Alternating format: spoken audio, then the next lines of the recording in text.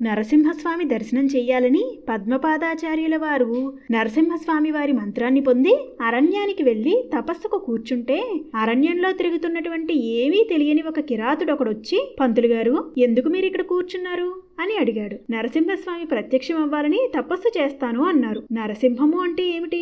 నేను చాలా కాలం నుంచి ఈ అడవిలో తిరుగుతున్నాను, దానికి తపస్సు ఎందుకు? నేను తీసుకొస్తాను, నాకు చెప్పండి అన్నాడు. వీడు విడిచిపెట్టడం లేదని ఆయన అన్నారు, కింద మనుషుడు పైన సింహం, ఆయనే నరసింహం అని చెప్పారు. అది ఈ అడవిలో ఉందా అన్నాడు కిరాతుడు. ఉంది అన్నారు ఆయన. నేను తీసుకొస్తానులేండి, దానికి తపస్సు ఎందుకు అన్నాడు కిరాతుడు. ఆయన నవ్వి ఇలా అన్నారు, నువ్వు తీసుకురాగలవా అన్నారు. రేపు రాత్రిలోగా తీసుకురాకపోతే నా ప్రాణాలు విడిచిపెట్టేస్తాను అన్నాడు. అయ్యబాబోయ్, వీడు లేనిపోని ప్రతిజ్ఞ చేస్తున్నాడు అని అలాగేలే అన్నారు పద్మపాదాచార్యుల వారు. ఇక ఆ కిరాతుడు అరణ్యాల్లో తిరుగుతూ కింద నరుడు పైన సింహం, కింద నరుడు పైన సింహం అంటూ అడివంతా చూస్తున్నాడు. మర్నాడు ప్రదోషవేళ అయిపోయింది, కనబడలేదు. అక్కడ బ్రాహ్మణుడికి మాటిచ్చాను, తీసుకువెళ్లలేకపోయాను అని చెప్పి చెట్టు తీగలు తెచ్చి ఉరితాడు పోసుకుందామని చెట్టు కొమ్మకు ఉరి పోసుకుంటున్నాడు. నరసింహస్వామి వారు ఆవిర్భవించి వచ్చి దర్శనమిచ్చారు. ఓసి దిక్కుమాలిన మృగమా, ఇంతసేపటి నుంచి వెతుకుతున్నాను, బ్రాహ్మణుడికి చూపిస్తానని ఎక్కడ దాక్కున్నావే అని